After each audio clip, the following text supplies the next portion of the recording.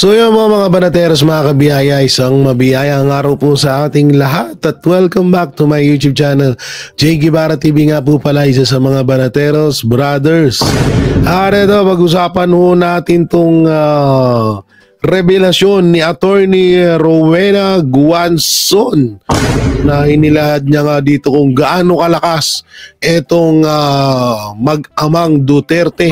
At ito, 5 million ang binayad para sa 41% na 0.2 respondent sa pro-impeachment siniwala at laglagan na ito.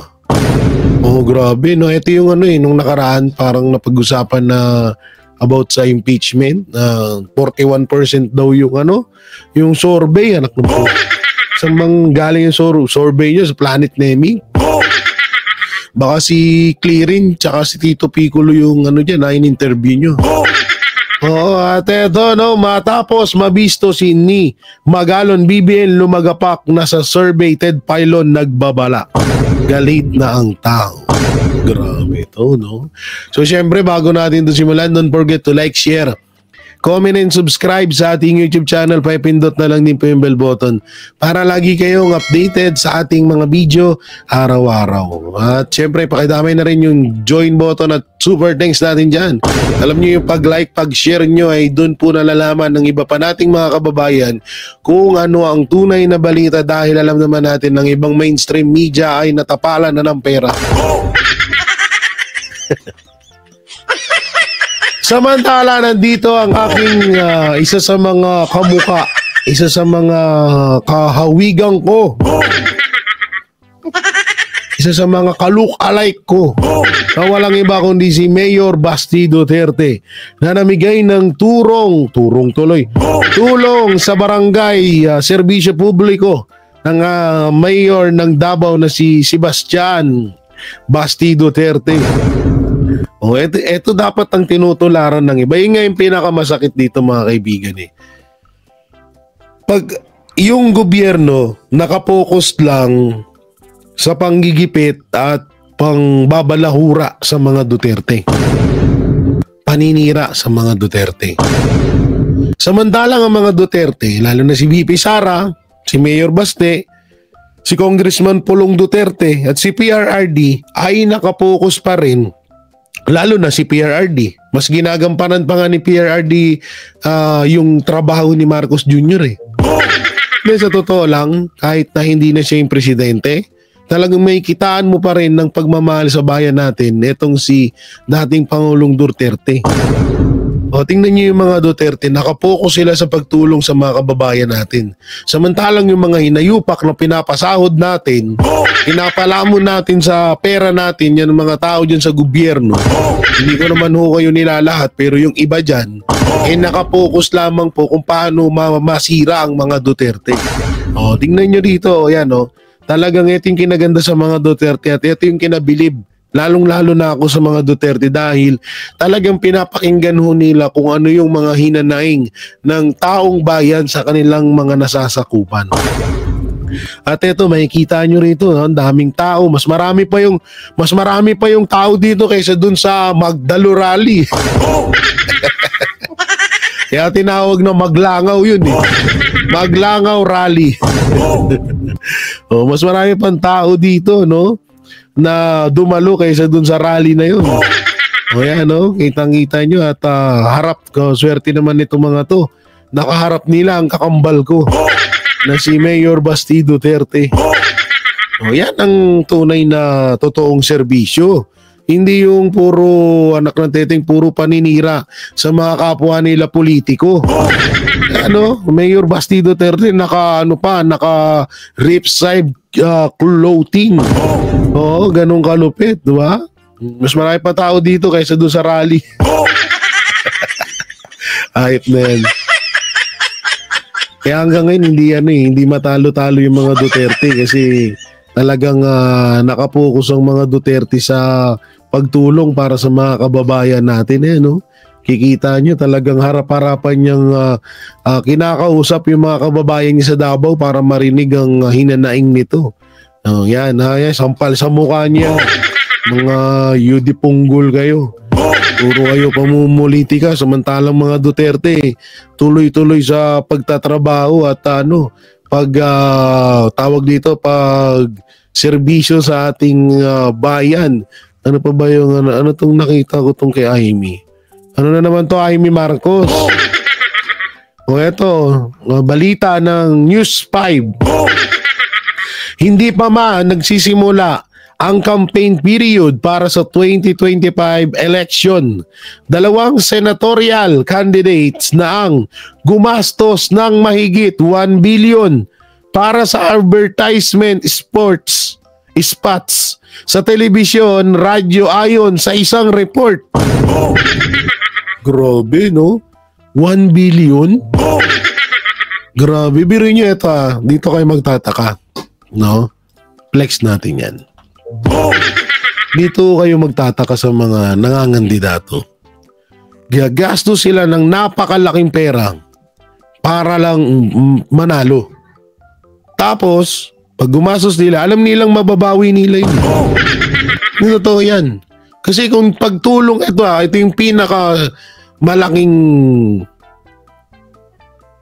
pangit na ugali ng bakit mo kailangan, 'di ba? Kung gusto mong tumulong sa bayan at alam mong may sapat ka naman na pera, katulad niyan, etong mga to, ayon naman ho ito sa News 5 nagre-reaction lamang po tayo. Biro mo gumagastos sila ng 1 billion o mahigit pa para lang sa kanilang kandidatura. Gastos sa poster, gastos sa kung may vote buying man. No? Gumagastos sila ng ganung kalaking pera na kayang-kaya naman nila itulong yung kahit wala sila sa Senado. Kaya ako nga nakapagpabahay project ako, wala naman akong trabaho. Trabaho ko lang pagbablog. Mas dinaig ko pa pala kayo. Ito yung mahirap dito magagastos sila ng malaki, tapos in the end, English yun. Sa huli mangungupit sila ng malaki. Hindi ko sinasabing si Amy Marcos at si Villar yun. Pero dito mo kasi mapagtatanto na ang laki ng ginagastos nila sa mga kanilang mga advertisement para manalo sila bilang senador or congressman or kung ano pa. Kaya nga sobrang dihado ng mga Duterte nung panahon na tumatakbo si PRRD. Maraming nang maliit kay PRRD nun. Dahil alam nila na wala talagang pera ang mga Duterte. No? Ay, hindi nila alam na nangibabaw pa rin ang boto ng taong bayan. Kaya yun ang nangyari dun. Ganong ka lupit ang ganitong kalakaran dyan sa politika. Biruin mo, 1 billion, nasaan na yan? Basahin natin. Biruin mo to, 1 billion pesos. Diba? Para sa radyo ayon sa isang report. Lupit. Tangina, sana all. Papasana all ka na lang No, papasana all ka na lang talaga sa tawag dito sa mga pera ng mga politiko. Mayaman naman pala kayo, ba't kailangan nyo pa tumakbo kung gusto nyo lang tumulong sa bayan natin? Sus, tigil-tigilan nyo nga ako. Samantalang ito, Attorney Rowena Guanzon, speak out. Kita pa din gaano kasolid at kalakas si BP Sara at Tatay Digong. So panoorin po natin, play. Mga kababayan, anong tingin nyo dun sa rally ng Iglesia ni Cristo na Rally for Peace and Unity? Huwag ismulin 1.7 something million yung estimate doon. At nakita ko doon sa post ng isang friend from the top ng kanyang kondo, nakikita niya yung nakirali doon sa Quirino Grandstand na punong-puno. So, hindi yun fake news. At, of course, marami ding galing sa provinces kasi may mga bus na galing sa mga Pampanga, alam mo na, Bulacan. At nationwide, meron pa sa Bacolod, Cebu, mga ganun. So, hindi fake news. In Manila alone, 1.7 something million ang iglesia at kanilang allies. Remember, allies, di ba? Sino ang kanilang mga allies? Sino yung mga politiko sa, for example, Manila, di ba? Kasi ang ang venue Maynila eh. So andun si Mayor Lacuna, andun si Isko Moreno, yung mga allies nila. But what does it mean? No? It means that the supporters of Sara Duterte and former President Duterte, led by the... Wait lang ha, kung tama ba yung pandinig ko? Allies, Isko Moreno, hindi malayo ha. Kung halimbawa tinutumbok ni Atty. Rowena Guanzon na allies ng administrasyon si Isko, malabo. Kung allies ng speaker, pero pwede pa sila kuna.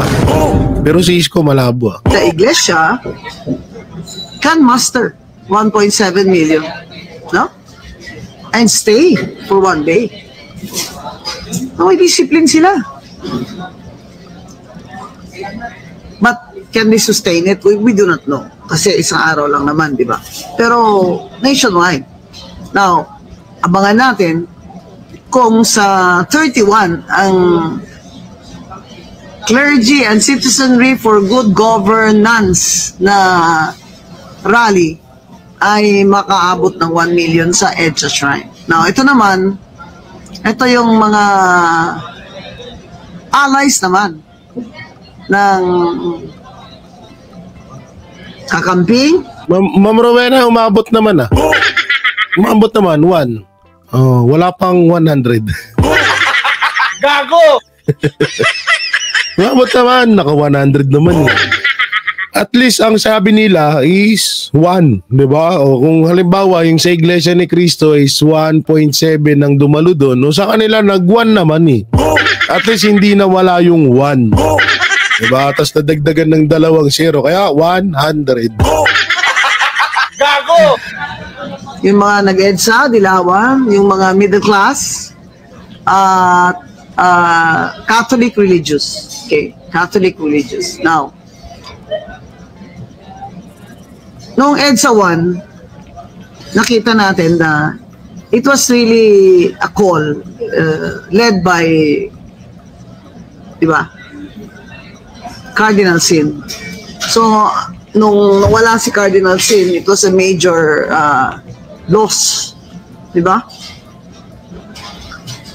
Ngayon, walang leader sa Catholic Church who calls for, let's say, against corruption and the reform in government, except ito, yung Clergy for Good Governance. So, ito yung what we should watch out for kasi bagong development siya. At ang labas parang magiging Clergy and Citizenry and allies. Alright, so allies. Ayun, imagine kung magsabay yan, yung mga DDS, INC, tsaka yung Clergy and Citizenry, tsaka yung iba pang groups. Now, that will be... Wala na, Ma'am Rowena, kung sakaling magsabay-sabay yun, eh, tapos na. Eh, iglesia pa nga lang yun eh. Wala pa kay OJC doon. Wala pa ibang relihiyon doon. Wala pa yung mga kapatid nating mga Muslim. Eh, talagang tapos na. Ngayon, dahil nagpalabas ng gano'n ng iglesia, eh kung magmatigas pa rin ng administrasyon na talagang gurgurin or talagang isulong nila ang paggurgur or pag-impeach kay BP Sara Duterte, eh baka yung 1.7 na membro ng Iglesia ni Cristo, eh baka maging 3 million yun, maging 3 million ng KOJC, maging 3 million ng mga kapatid nating Muslim, at mag 3 million yung iba pang mga iba't ibang mga relihiyon na lulusob na sa Malacanang. Hindi na sa hindi na sa tawag dito, hindi na sa Quirino Grandstand. Baka rekta na sila sa Malacanang. Yun yung ingatan ng gobyerno. Something. Pinakikita natin sa ibang bansa na nangyayari yan. And it sparks that huge mass base of protest will really spark something. Di ba? So, what that something is, we do not know. So, maging ano po tayo? Maging, what do you call this? Mapagmasid at maging analytical tayo. Dahil ngayon, start pa lang ng year, pero mafe-feel mo na ang gobyerno natin ay nakaka-feel na rin sila that this government is under siege. But let's see kung gaano karami ang sasali sa January 31 at ano po ang mga issues na dadali nila at ipagsisigaw nila doon. Kaya mga kababayan, maging analytical tayo, and let's take a stand for our country. Yun. Hindi, tama naman yung sinasabi dito ni Attorney Rowena Guanzo na maging talagang mas palawakin pa natin yung suporta at pagkakaisa natin mapatungkol dito sa pagsuporta natin sa mga Duterte, dahil wala namang ibang kakampi ang mga Duterte kundi tayo lang talaga at ang itaas. Alam niyo yan, no? So yun, no? So mapunta naman tayo dito sa nabisto ni Ted Pailon. Matapos mabisto ni Magalong, BBM lumagapak sa survey. Ted Pailon may babala. Panoorin natin. Dahil sa kapabayaan mo, sumadsad na ang tiwala sa'yo ng maraming Pilipino. Naku po. Matapang at walang kinatatakutang isiniwalat ng veteran journalist, TV news anchor at radio DJ na si Ted Pailon ang realidad at katotohanang hindi raw matanggap ng maraming supporters ng administrasyon, kung saan tila malapit na raw sumadsad sa low rating ang mga trust and approval rating ni Pangulong Bongbong Marcos dahil sa kanyang samot-saring kapabayaan, partikular na ang kanyang pangakong hindi naman ito tinutugunan. Nag-viral sa social media ang naging pahayag ng veteran news anchor sa kanyang radio program sa TV5, kung saan tahasan itong sinabi on Nationwide TV na hindi biro ang implikasyon ng pagbaba ng rating ng Pangulo dahil nagpapatunay lamang raw ito na hindi na siya gusto ng maraming Pilipino. Bukod sa kanyang mga pangakong Wait lang, ba't sino pa ba may gusto kay Marcos?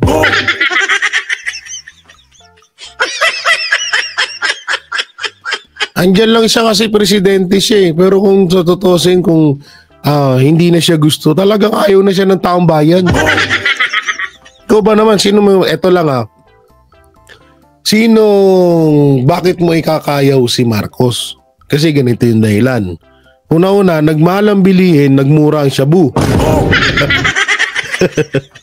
Diba? Pangalawa, saan ka nakakita ng isang presidente na mayroong nabagyuhan sa isa sa mga lugar sa Pilipinas na hindi mo alam kung anong gagawin mo? Nasa video yan. Tinanong niya pa yung DILG na si Remulla. Sabi, anong gagawin natin? Sino hindi magagalit doon? Nang teteng presidente ka, di mo alam gagawin mo. Diba? Kalokohan yun eh. Pangalawa, saan ka ba naman nakakita? KOJC, isa sa mga talagang tumulong sa pangangampanya, tumulong para maipakalat sa buong sambayan ng Pilipino yung plataforma ni Marcos Jr. nung panahon ng eleksyon. Anong binalik sa KOJC? 'Di ba pangwawalang niya? 'Di ba? So sino magaganahan doon? Sino gaganahan? Sasabihin niya pa na wala daw baril, wala daw harasan na nangyari doon. So ano kami, tanga? Ano kami, ang tingin niyo sa amin, bulag? Na hindi nawala kami doon. Kami ang isa sa mga buhay na testigo sa mga ginawa doon. Sino ba naman, kaya nga sasabihin na parang ayaw na ng tao, talagang ayaw na. No choice lang yung tao kasi sa tutusin gusto nga na nga namin may impeach yan. Pero hindi nga may impeach kasi nga malakas ang kapit nila ngayon. Pero gaya ng sinasabi ni PRRD, yung pangisa sa pinangahawakan ko na ayaw din ni PRRD na may impeach si Marcos. Ang gusto niya is tapusin yung termino at huwag pakialaman ng konstitusyon. Yun eh. Kaya sasabihin na natin na ayaw na talaga ng taong bayan sa kanya. Tila problema raw ng taong bayan sa pamahalaan ang kutakot-takot na korupsyon na hindi man lang raw ginagawa ng solusyon ng kanyang administrasyon. Tama. Gayon din daw ang patuloy na Pa yan, harap-harapang korupsyon. Naglalakihang budget sa iba't ibang ahensya na wala namang halos napapakinabangan yung mga Pilipino. O katulad niyang ayu-ayuda na yan. Bukas may ayuda, bukas wala. So anong malaking tulong niyan? Wala. Panandalian ano lang. Para lang ano yan, para lang din pulburon. Panandalian lang yung tama. Kinabukasan, problemado na naman. Yung mga tao kung saan sila kukuha ng pangkain. Diba? Kaya nga tas eto pa, yung about sa akap-akap na wala mong kwenta yun eh. Diba? Para saan yun? Tapos ang masakit pa dito, yung mga ahensya, ang lalaki ng pondo, may 100 billion, may 2 billion, may 1 billion, may ilang daang milyon meron. Pagdating sa mga nasunugan, sa mga nasalanta ng bagyo, bibigyan lang ng ilang milyon. Nakakita nun. Tsaka nakakita na ay naku po. Hirap lang magsalita eh. Saka nakakita na bagyuhan na yung tao, binigyan mong panggawa ng kulungan ng aso. Gago! na pagtaas ng inflation rate sa bansa, pagtaas ng mga pangunahing bilihin at pagtaas ng samot-saring kriminalidad sa iba't ibang sulok ng Pilipinas. Simple lamang raw kasi ang pangarap ng taong bayan at ito pa rin ni Pangulong Bongbong Marcos ang kanyang mga ipinangako noong 2022 election na tila ngayon ay sabay-sabay na naglaho. Hindi raw magtataka ang maraming taong bayan, maging ang news personality na si Ted Filon, kung sasadsad sa negative ang rating ni Pangulong Bongbong Marcos pagdating sa approval at trust rating nito sa samot-sari survey dahil kitang-kita naman raw na imbes na paunlad, tila palubog pa raw ang Pilipinas. Panoorin ang buong detalye. Talagang palubog na. Baka bukas sa Makalawa nga alam nyo, sobrang kaya nga ako talaga sabi ko sa sarili ko, talagang nagpapasalamat ako sa taas kahit papaano may blessing na dumarating sa akin sa pamamagitan ng YouTube. Paano yung mga kababayan natin na halimbawa, yung kanilang sahod ay pang isang araw lang.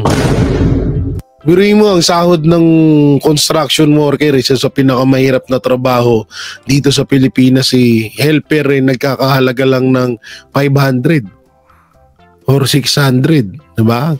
O sa tutusin, 500 lang, helper lang yun, ha? 500 pesos per day, kung sa kumpanya pa yan, kumpanya sa kumpanya pa yan, sa company, babawasan pa ng sa SSS, sa Pag-ibig, PhilHealth. Ano pang matitira doon? Sa isang araw nila, kapag minalas-malas ka pa, pag construction worker ka sa mga bahay-bahay, 450 lang, di pa kasama pagkain. O magkano soft drinks ngayon? 20. Merienda to magkano tinapay? 10. Di 30 na. Pamasahe pa.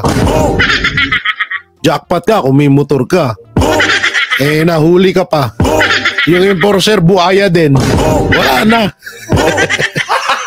Gago! Kaya nga, kung mapapaisip ka na ako kahit papaano nakakaraos kami, paano yung iba nating kababayan na halos yung isang araw nilang kita isang araw na yung isang trabaho nila pang isang araw lang talaga nakahinan.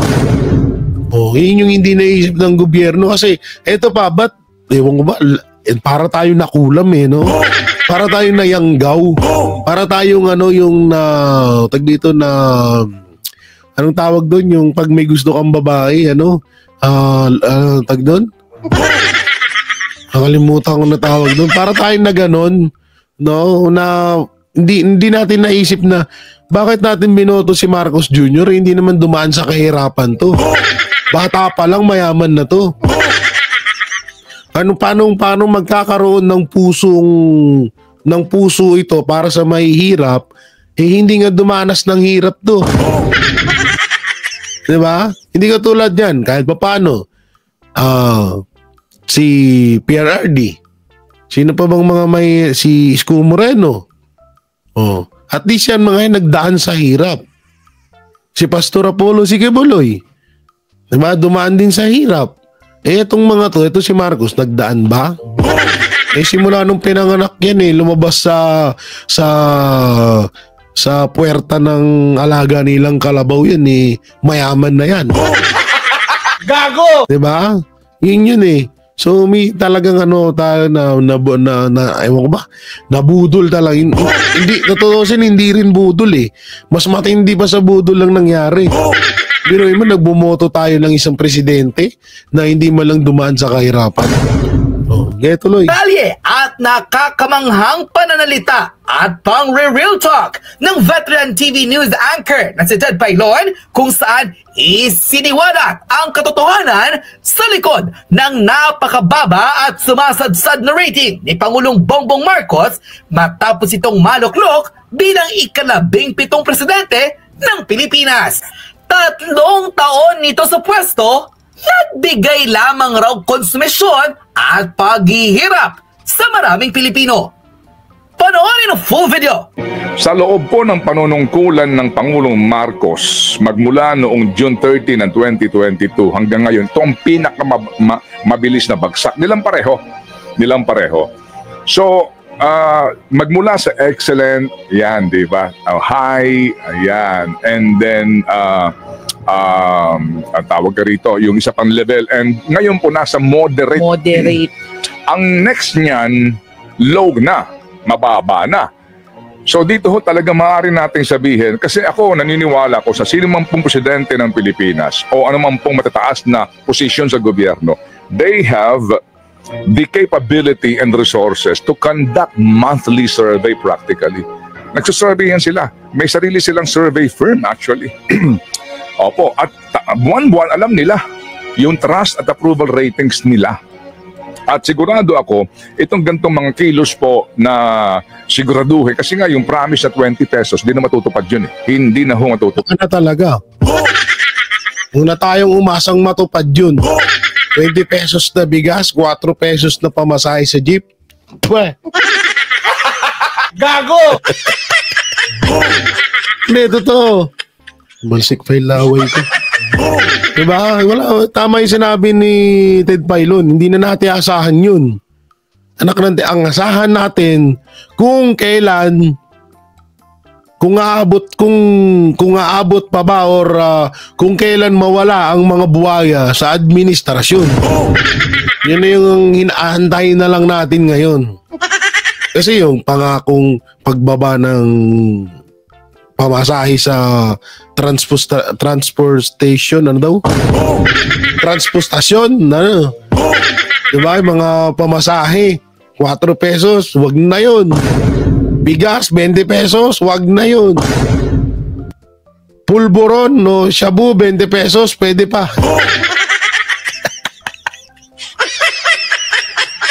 Pero yung mga pangako, wala na, huwag na natin asahan yun. Ang asahan na lang natin kung paano mawala ang mga kurap dyan sa gobyerno. Kung paano magsitalsikan yan.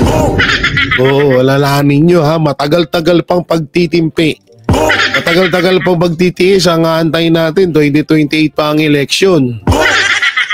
So pinapakita sa atin ng gobyerno ngayon, talagang ito yung pinaka-simbolo na maghihirap pa tayo ng ilang taon.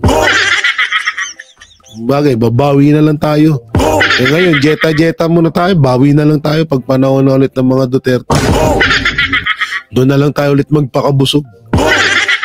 Oo. Tupad yun.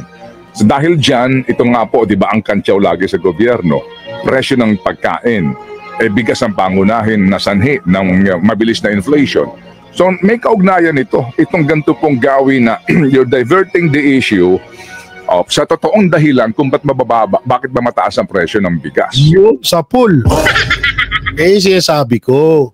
No, yung sinasabi namin ng Banateros na talagang ugali ng administrasyon na i-divert yung talagang issue na talagang napag-uusapan dito sa Pilipinas. Dinadivert nila issue para mapagtakpan na hindi sila masita ng tao na, oy, ano nang aksyon nyo sa pagtaas ng bilihin? Kaburuin nyo kamatis, so 30 pesos, 1/4.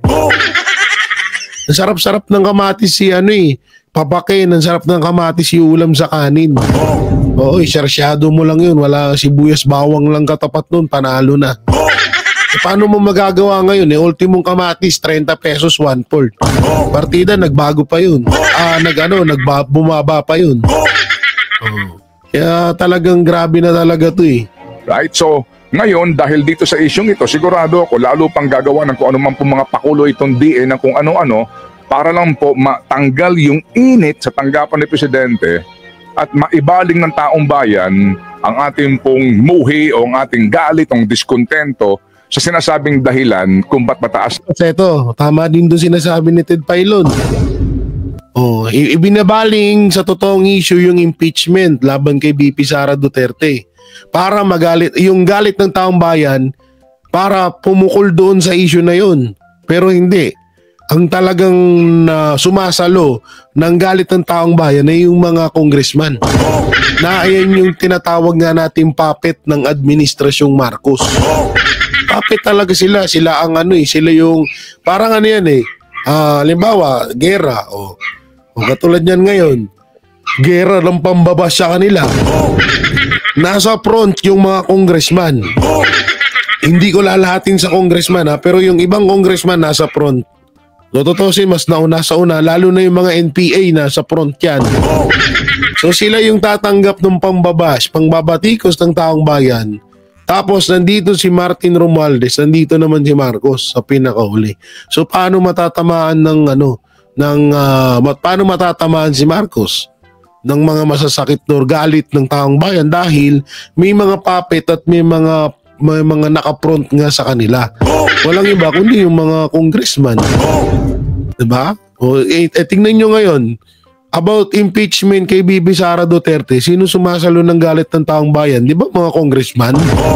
Di ba yung mga makabayan block? Di ba sila sila Trillanes, sila De Lima, sila Franz Castro, sila yung sumasalo. Diba? Lahat ng kahihiyan ngayon, congressman, kaya minsan napag-ano ko nga, minsan talagang bagay, ginusto rin naman nila yan. So, hindi natin din sila masisisi, ginusto nila yan. Lalo na yung makabayan block, hindi tayo nakakita ng katiting na awa dyan sa mga yan. Pero yung ibang congressman na katulad yan, na alam ko naman na dating mga Duterte itong mga to, na sinabi nga ni BP Sara na napipilitan nga lang daw silang gawin to dahil sa alam nyo na yun. Diba? Kaya nga talagang dito mo may tuturing mo na puppet ng administrasyong Marcos ang mga congressman. Sila ang tigasalo ng galit ng taong bayan. Isang presyo ng ating pagkain. May kaugnayan yan. Kasi ito nagdaang mga araw, puro sila patalastas sa lahat ng mga dyaryo, di ba? Yung doon mo na mapapansin yung galaw ng gobyerno, mukhang nakakaramdam sila na bumababa po yung trust and approval ratings. Ngayon, speaking of trust and approval ratings ni Marcos, sa tutusin wala na silang pakialam din. Kasi hindi naman na, alam nyo bakit tatakbo pa si Marcos sa susunod? Hindi niya tatakbo. Kahit pa si Sandro, gusto kong tumakbo si Sandro bilang presidente ng Pilipinas at kalabanin si BP Sara Duterte sa darating na 2028 election. Gusto ko yun. Alam nyo kung bakit? Alam nyo kung bakit gusto ko silang maglaban? Dahil para may pamukha natin dito sa mga ulupong ng mga pulangaw na talagang Duterte ang nagpanalo kay Marcos nung panahon ng eleksyon. Doon natin din, ang sarap na ang sarap na makita yun. Na ipamukha sa kanila na kaya sila nanalo, kaya sila naihalal dyan dahil sa tulong ng mga Duterte. Na pinamumukha ng mga vlogger, ng mga alagad nila na Duterte pa ang nagkaroon ng utang na loob sa administrasyong Marcos. Ang kapal nila, di ba? Ako gusto ko yun. Marcos, si VP Sara, tapos Vice President si Pastor Apollo Sikibuloy, o kaya si Senator Bongo, o kaya si Robin Padilla. O yan yung nakikita kong nakikita kong mga pwedeng maging Vice President ni VP Sara Duterte. O kaya si Pulong Duterte, si Mayor Basti Duterte, yung maging Vice President.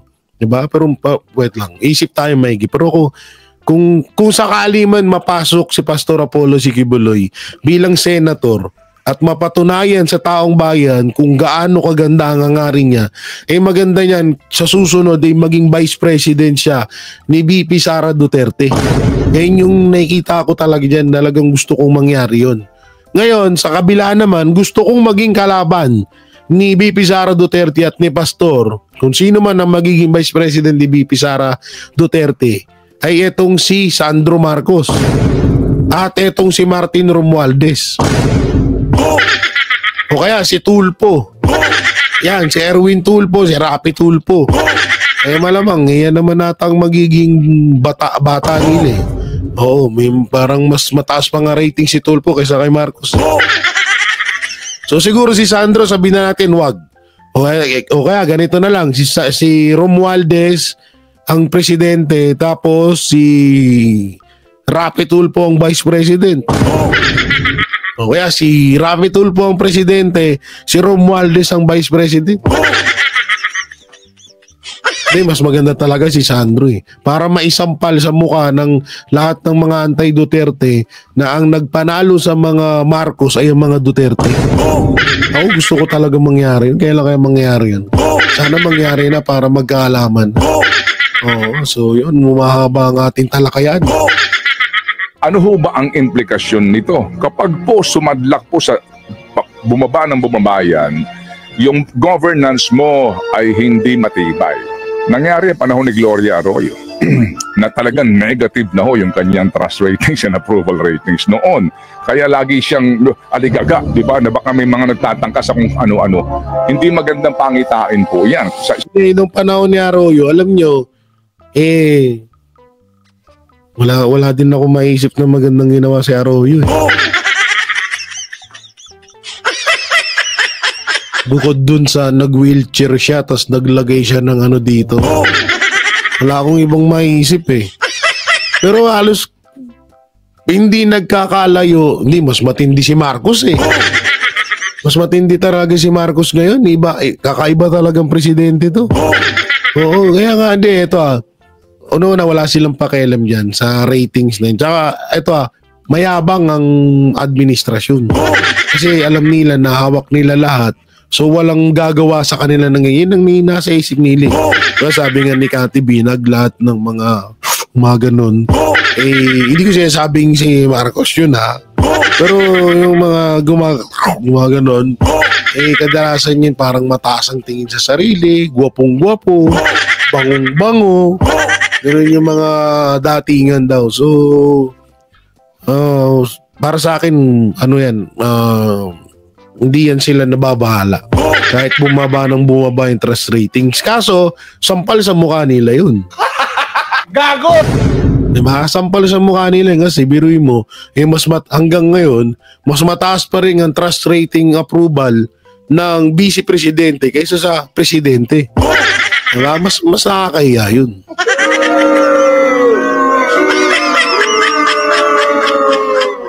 So yan po mga barateros, mga kabiyaya, nung may kukomento nyo sa mga napanood nyo. Ito pala, huwag mo muna pala. Ito may nakita kasi ako dito. May kita dito natin na 5 million ang binayad para sa 41%.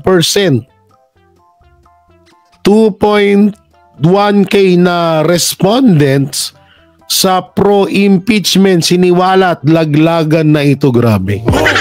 So ito yung kamakailan lang na i-discuss natin dito.